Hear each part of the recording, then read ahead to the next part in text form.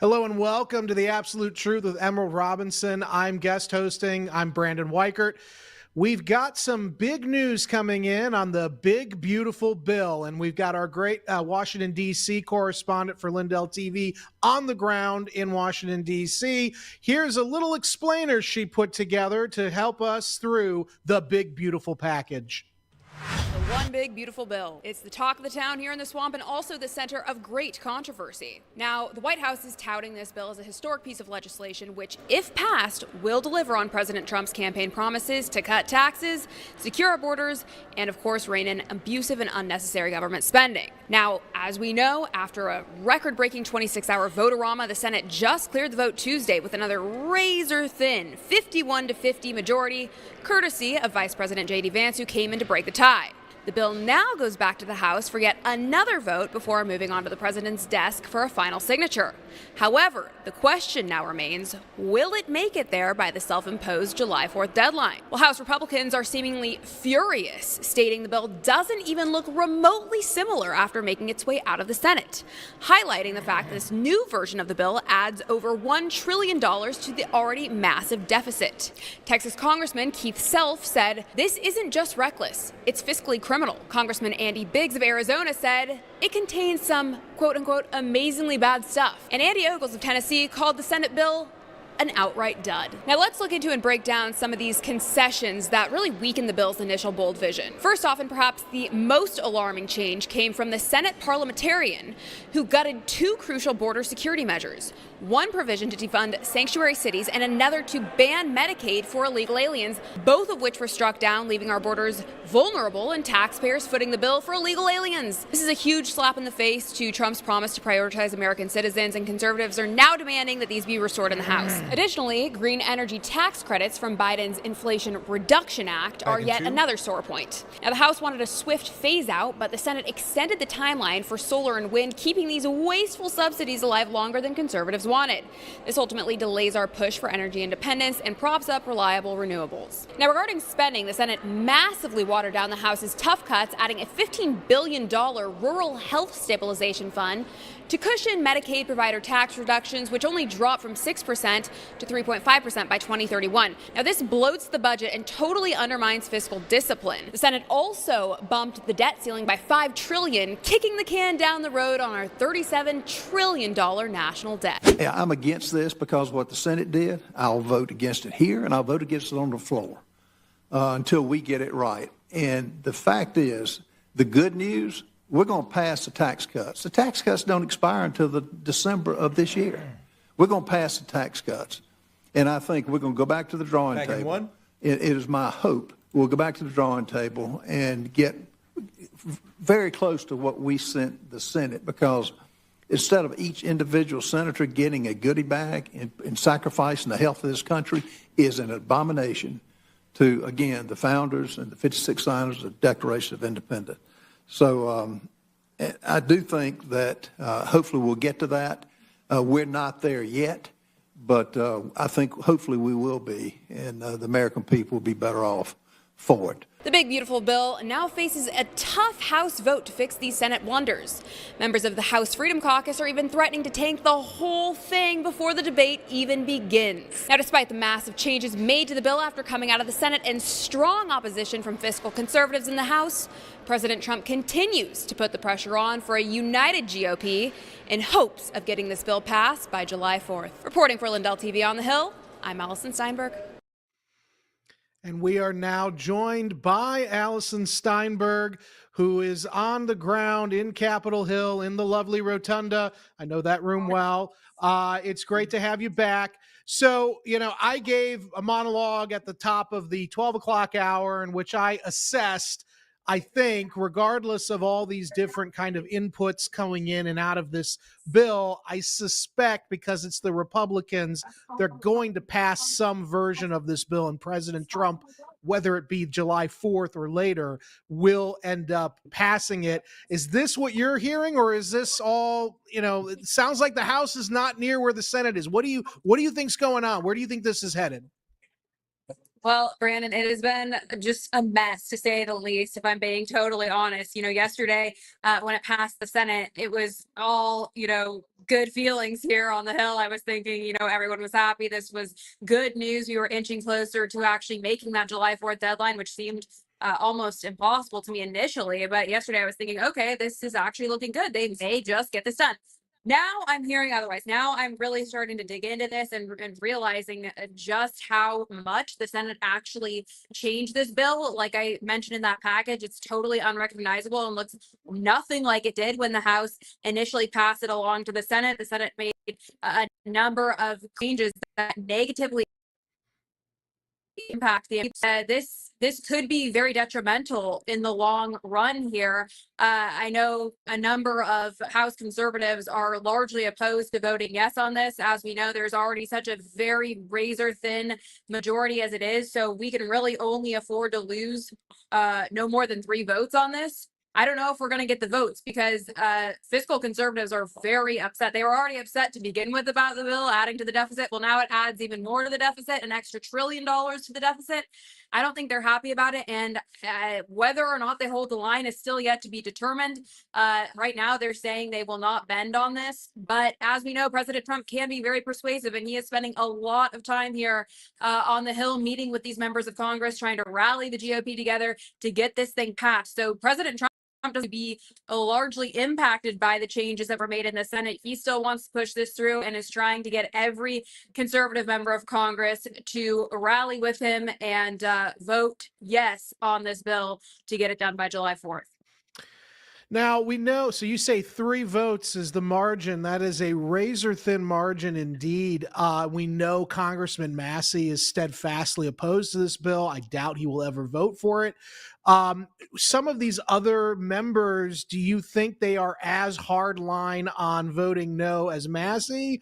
Or do you think that this is probably going to work out for Trump based on the membership that the members rather, and what their personal politics are? Do you think this is totally a hard no? I wish that I felt more confident that members of Congress stood by their word. I think that would be nice. I also would like to think President Trump has the country's best interest at heart. So it's a tough situation. I think ultimately a lot of members of Congress are very easily won over when they are threatened to be primaried, like we know President Trump is doing to the opposition, like he's done already with Thomas Massey. And I don't know that a lot of these members of Congress are as firm in their stance as Thomas Massey, for example. So it's hard to say right now. Ralph Norman, who was previously a yes vote, is now, as we saw in that clip, very seemingly adamantly against passing this. I've also heard from Congressman Andy Biggs and Andy Ogles, both seemingly very upset about this. So will they cave? I don't know. That's still yet to be determined. I think they might, because ultimately I think they want to make the president happy and help his agenda. I just wish that, maybe the solution to this in the future is not making such huge bills, right? Historically, conservatives have always been largely against massive bills. Why is it okay this time? I think a lot of these issues that we're seeing would be alleviated if we could go back down to maybe single or double issue bills, right? The fact that this is so big and there's so many things included in this really complicates the issue. I think we should take this as a lesson and learn from this in the future. Single issue bills moving forward. Well, I can tell you when I worked up there on the Hill, I was, I think, part of a very small and probably now even smaller group of staffers who were all for small bills, the way we used to do it. The omnibus style of bills are so inefficient and they're open to corruption. And I think you're right to point that out. And I think Thomas Massey and these other people who are opposing the bill, they're not wrong. That's what makes this so difficult, right? Is they're not wrong when they're opposing it on the grounds that they're opposing it. But at the same time, now you mentioned in the package, the Senate removing the Medicare and Medicaid removal of illegals from the rolls. Is there any indication that the House, as part of their sort of redoing of the bill, that they're going to try to reinsert that necessary clause that it will, in fact, pull the illegals off the Medicare and Medicaid scrolls? Have you heard anything about that? I haven't heard anything about that, but I mean, they absolutely should. This is a vital component of the bill. I mean, Trump and the White House are priding themselves on the fact that the bill increases border security. So how can you say you increase border security while on the same token giving Medicaid to illegal aliens that should never have been here in the first place? I mean, might perhaps just go after every alien that is receiving Medicaid benefits. I don't know. That seems like a great place to start to me. But I just think that, you know, we need consistency here. We need to hold firm on our word. If we say something, we have to actually mean it, and we need to see follow through. Otherwise, it just creates distrust within the American people.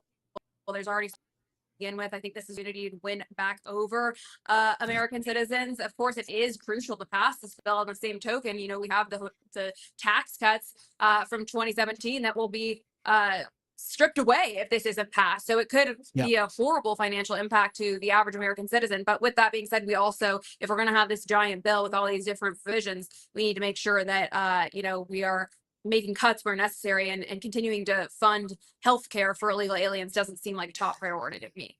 I happen to agree.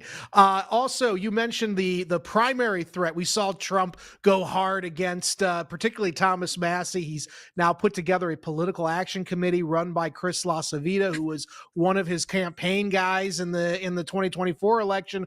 It has a lot of money behind it. We now see Elon Musk intervening and saying he's going to protect Massie by giving him whatever money he needs to survive and thrive in this new competitive environment. Are the Republicans that you're talking to on the Hill, are they really worried about Trump primarying them, or do they think, well, with Elon in the background, they might have like a backstop to prevent the president from? Is this anything you're hearing? Is there any Elon factor you're hearing about? The Elon factor. I haven't heard anyone talking about this, but it is an interesting conversation for sure. And from what I've observed from Thomas Massie, he doesn't seem to be too bothered. I feel like, if anything, Trump's you know, threats to primary him have only emboldened him to step his game up. Backing from Elon, it sounds like he is going full speed ahead here. So I don't know, maybe Thomas Massie is starting a trend. Maybe this will inspire others to hold the line and refuse to cave and you know, jump on board with this new trend that may be developing here. I don't know. It's really an interesting time. It also is concerning, though, because we do need some, you know, unity here. We always tend to get very divided on these issues, which can be very detrimental to the long-term goal of the Republican Party. So I don't know. It just seems like it's a big mess right now, and I don't think that's a great thing. I agree, but although Congress is always a mess, but I agree, and this is Trump's signature domestic bill. So in some way, he kind of has to get it passed no matter what at this point, because he's put so much political capital into it.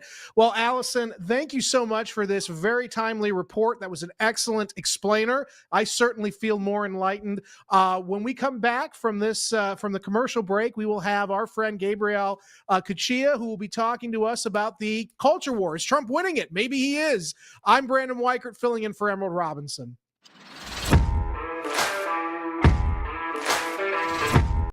Swollen limbs, joint pain, inflammation, skin aging, and cognitive decline. These are just a few of the awful side effects that you can experience due to poor blood circulation. And popping ibuprofen is not a solution to the pain. It's only temporary relief, and it's only masking the true problem, which is inflammation. Researchers are saying to add this Antarctic super nutrient to your diet. I'm talking about omega-3 fatty acids, but not just any form of omegas. These particular omega-3 fatty acids are sourced from wild-caught krill. Has been shown to support healthy blood pressure, circulation, brain health, as well as reduce inflammation, swelling, and joint pain. For a limited time, you can grab Native Path Antarctic Krill Oil for up to 66% off plus free shipping. Just go to getkrill.com/Lindell right now to get your special offer.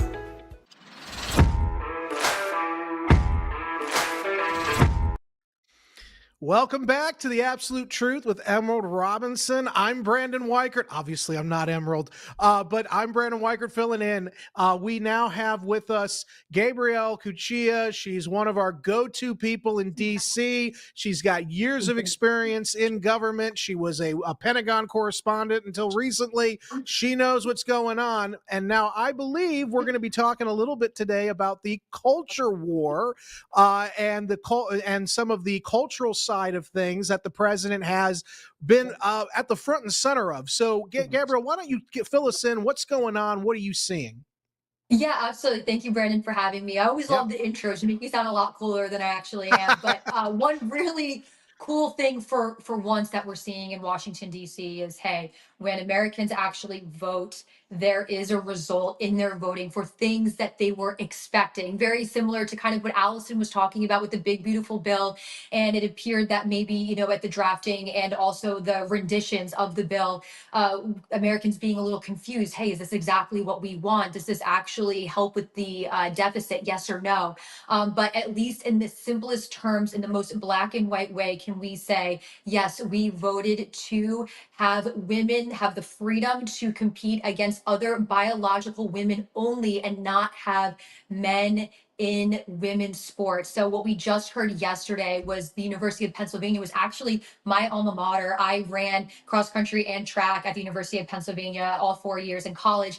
And as soon as I departed, I swear I used to always kind of make a joke and say, well, UPenn got real darn lucky that I graduated in 2016, because as soon as 2016 concluded, we saw this, crazy resurgence of woke ideology that we thought we fought really hard for in that very first Trump term. So the University of Pennsylvania, the big news being that they've apologized to the athletes, of which were had to succumb to changing in locker rooms with Leah Thomas at that time, going by Leah Thomas, the female that is in fact a male, competing on the women's swimming team.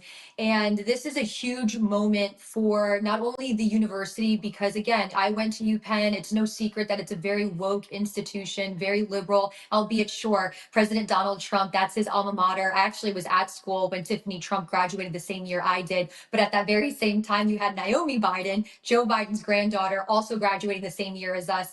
So by the time I sat at graduation day for commencement, it was Donald Trump and Joe Biden at the time. Trump announcing that he was running for president. So the contention was so high. So to compare that and parse that out 10 years later, a long time coming, and seeing the administration of this university have to answer and make right what is wrong. Now, I think what's really interesting is, of course, we can celebrate this, and I do, but the speculation is really interesting in the sense of, you might be thinking, okay, well, this administration is being very much integrated into these private institutions. Is this okay? Is this setting a precedent? And why UPenn kind of falling suit into what we voted for versus, say, your Harvard when you talk about freedom of speech or expression.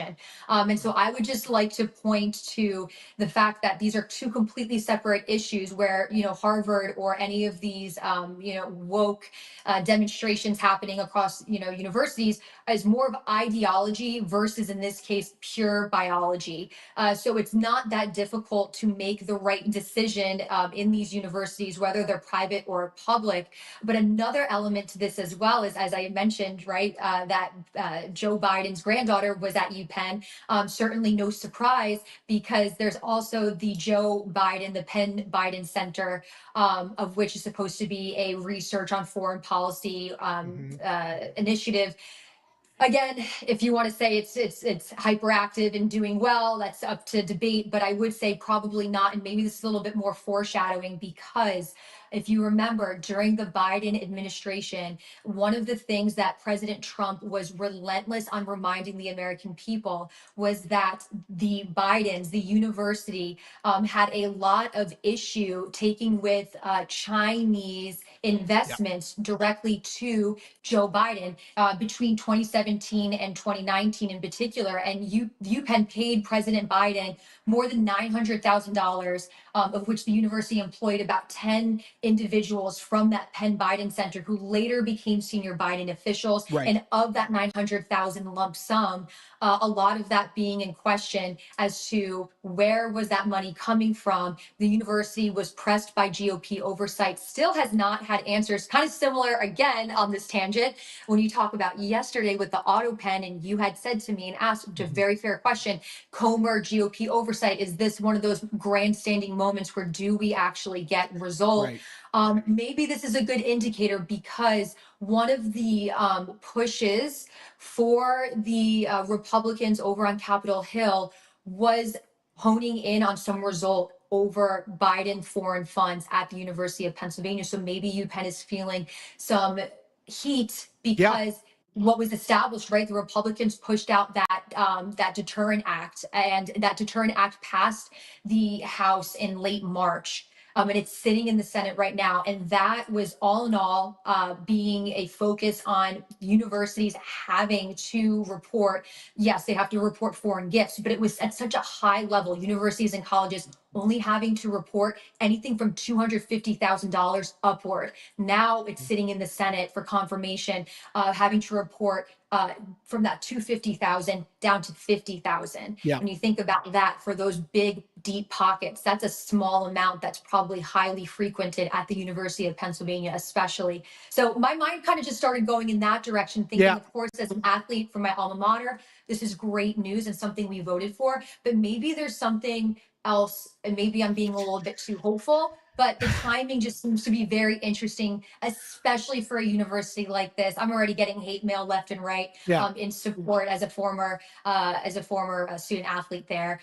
So I can only imagine this being something difficult, and there has to be another reason why the university has to. Certainly, and I did a lot of reporting when I was a senior editor over at 1945.com on the Biden Penn Center and Antony Blinken's role there. Remember, he was a senior guy that was running. He was supposedly running this thing. Something to consider, though, also, a lot of these campuses, colleges rather, especially public colleges, they take money from the federal government. They receive grants, they receive research fellowships and monies. So, in terms of the freedom of speech things, where we see the Trump administration going after anti-Semitic hate speech on these campuses, including Columbia and the Ivy Leagues, what they're doing is they're saying, hey, if you want federal funds, which is the lifeblood for many of these campuses, you got to play by our rules, which by the way, it's what the Democrats do when they're in power. I know this for a fact. And so how going back to the culture war issue, because I think that this is something that Trump has been very consistent on, is waging the culture war. Obviously, the president, there's a limited amount of things he can do. But it looks to me like, and tell me if I'm right or wrong, that he's actually moving the ball, to pardon the expression, moving the ball forward with actually getting our campuses somewhat back in alignment with the culture, cultural norms. Am I wrong in this, or is this a one-off? Or go ahead. Yeah, no, I don't think this is a one-off by any means. Whether you want to buy into maybe my potential conspiracy theory on what's going on with this nefarious Defending Education Transparency and Rogue Regime Act, whether or not that passes, outside of all of that, Brandon, I think you have a really good pulse on this. It is true, and I think how we can conclude that or hope for that in reality is because with all the conflation in social issues standing today, at some point, you can fight everything or you can focus on one thing. And focusing on one thing, say, there are men and there are women, and keeping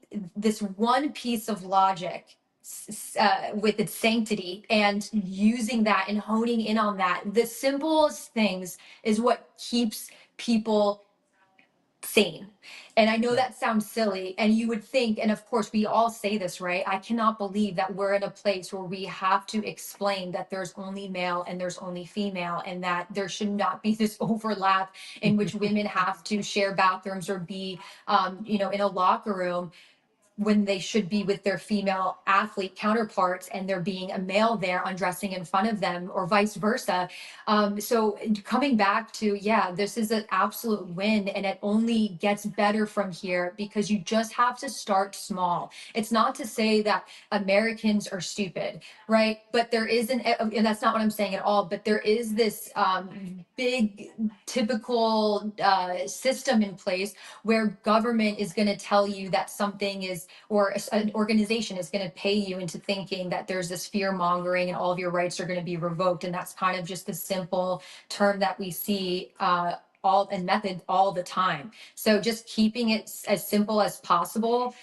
And that's it. That's how the stuff works. That's how the stuff works. So what's next, I think, is the bigger question. What's the next thing to fight with? I mean, yeah, this is happening simultaneously when we talk about the college campuses and their opinions and their strong feelings about, say, Hamas. But, maybe that's the next simple thing is just reiterating over and over again at nauseum that Hamas is a terrorist organization. And does it necessarily need to conflate with Palestinian people? Yes or no? That's a fair, have that debate for sure. But you have to start small. So this is a win and we move to the next thing. We don't have to completely lump all these ideas or social issues into one thing. It's, agree to disagree until we can get to a point where something's so obvious that everyone agrees. Because again, ideology versus biology, conflating the two, whether the ideology is wrong, of course, you can't fight the black and white in that sense when it comes to biology. So Oh, I agree. And it's not actually, clear. yeah, and actually following the money as Trump is doing or going after the Yeah. money, it does force compliance. And I think on the bigger issue, and I don't think it's a conspiracy theory, I think you're right. I think the Biden Penn Center has been a very serious point of concern for me, somebody who deals in national security. And you see instances, and it's not just the Biden syndicate, right, where they had this kind of leverage or this standing in an academic community. In researching the Wuhan virus, we know there were American universities that were taking money from foreign entities and using that money to do very dangerous research. And when the government cracked down on them, they shipped that research over to the Wuhan Institute of Virology. So we see where the money is becoming an issue. And I think, Gabrielle, you are 100% correct to point out the connection between the social issue, which may seem disconnected, but it's not, from some of these greater concerns, whether it be the support for Hamas, the radicalization on campus, or the or the national security aspect of things. Where do you think this is going to end? Do you think that we will see a significant cultural change on many of these campuses because of what Trump is doing? Or is this just going to sort of die out over the next few years? And when the next president comes in, it's like going back to business as usual? Well, shoot, I really hope not. At the end of the day, I always have to keep this in mind, and I try to encourage other people to keep it in mind as well. And I know that you keep this in the back of your mind, Brendan. But America lives on after Donald Trump, God willing, right? And America is going to live on beyond movements, hopefully, right? And so I hope that when a new president comes on in after these 4 years, that these conversations are long gone, and we almost laugh to ourselves the same way that we laughed at COVID and said, "Well, sheesh, how could we have ever let ourselves go so far gone in our liberties and in our freedom and in just pure logic?" Again, you could even say biology, virology when it comes to COVID. But at the end of the day, I'm still super hopeful, but I do think naturally, as even though this is very plain and simple, there are going to be there's going to be some sort of pushback, but I don't think on the same level as what we're used to, especially, give Simone Biles and the Riley Gaines, back and forth just a few weeks ago, or Simone Biles having this, grand stature, especially over on, say, maybe more left leaning outlets and individuals, did have to come to terms with the fact that she was wrong. And who would have thought a lot of these people do die on this hill? She And I think deleted, I what we're believe, her learning- social media. Yeah. I think she deleted as a Yeah. result. Yeah, Yeah, which is a big win when exactly. you think about it. Because 10 years ago, Yeah, that it's wouldn't have been right. yeah. We've got about The win is there's no denying. There's no denying the truth in that sense. So people do die on these hills, but there are just some hills not worth dying on, and this is one of them. So I'm more hopeful over this than anything else. Well, that's great. And that's a great note to end on. Gabby, thank you so much for accompanying me these last 3 days. It's been real course. fun. It's been great working with you again. And we hope to keep doing this. I'm Brandon Weichert in for Emerald Robinson. Happy 4th of July and God bless.